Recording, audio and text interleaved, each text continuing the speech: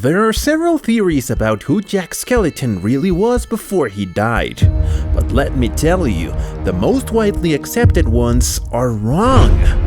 After investigating and connecting the clues left by Tim Burton, I think we know who Jack Skellington really was. If you already have a theory about who this character was, leave it in the comments, and at the end of the video, we'll see how accurate your theory is.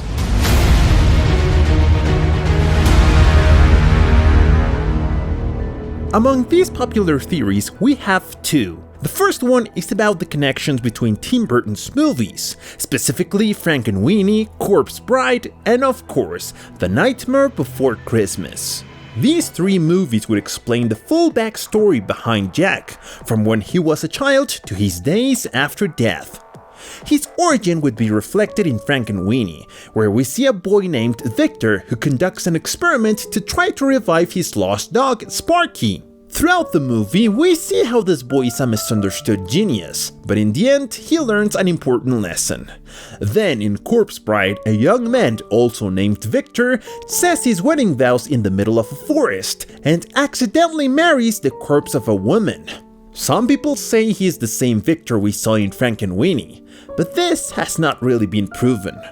Finally, in The Nightmare Before Christmas, the story would be about his life in the afterlife, or Halloween Town. By the way, we'll need to explain the difference between this Halloween Town and the world of the dead we saw in Corpse Bride. Well, back to the theory. The first connection we can observe between these three movies is that the protagonist in all three films has a dog as a pet. The second connection has to do with the fact that there was always contact with the world of the dead. Additionally, Victor Vandort from Corpse Bride has some qualities that we see in Jack, as his appearance is very similar. He's tall, thin, with long arms and legs. Moreover, in The Nightmare Before Christmas, we see him conducting experiments, something he was doing since he was a child. It all seems like the final explanation, right? Well, let me tell you, not quite. The connection between Frankenweenie and Victor Vandort becomes a bit disconnected, as we never see that Victor Vandort has any interest in science like the one in Frankenweenie. But let's not forget the second theory, which tells us that The Nightmare Before Christmas is actually connected to a Disney movie called The Legend of Sleepy Hollow, where a teacher named Ichabod Crane has an encounter with the Headless Horseman during a terrifying nighttime ride. The first connections we see between this movie and The Nightmare Before Christmas are that both Sleepy Hollow and Jack's world are closely related to Halloween. Another thing is that Jack in his world is the most terrifying creature. Interestingly, in Sleepy Hollow, the story of Sleepy is narrated in a song, and in one of the lines it's mentioned that the worst of all is the Headless Horseman. The Headless Horseman needs a head. All this suggests the possibility that Jack might be the Headless Horseman.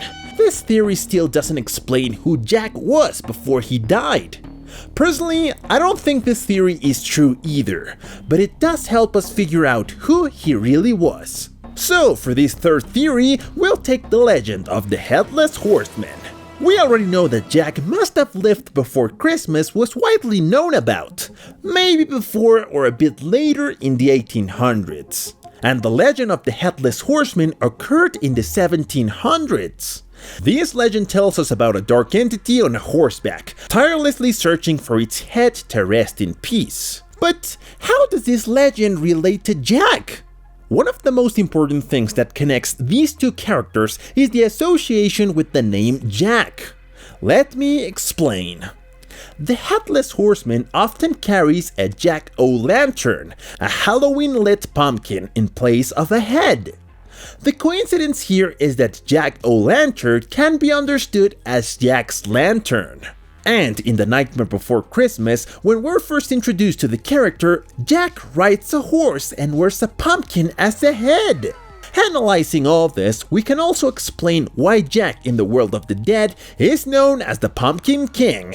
It's because of the jack-o'-lantern he carried while scaring people in the living world when he was the Headless Horseman. Now that we know the origin of Jack's name, let's talk about who the Headless Horseman was and how he became the Pumpkin King in The Nightmare Before Christmas. By knowing the true story of the Headless Horseman, we can understand Jack Skellington very well. It was said that the Headless Horseman had been a mercenary who was killed during the American Revolution, which took place in October 1776, a time that perfectly coincides with the fact that Christmas was not yet considered a tradition. This would also explain why Jack is clueless about Christmas and is so good at leading people and has that leader's intelligence due to his time and training in the army. But despite being a man filled with talent and bravery, he unfortunately didn't survive the war, as a cannonball shot was responsible for his decapitation. After his tragic death, he remained trapped as a spirit in our world, becoming a specter wandering in search of his head. And for this reason, the Headless Horseman would decapitate people until he found a way to replace his head with the Jack-o'-lantern.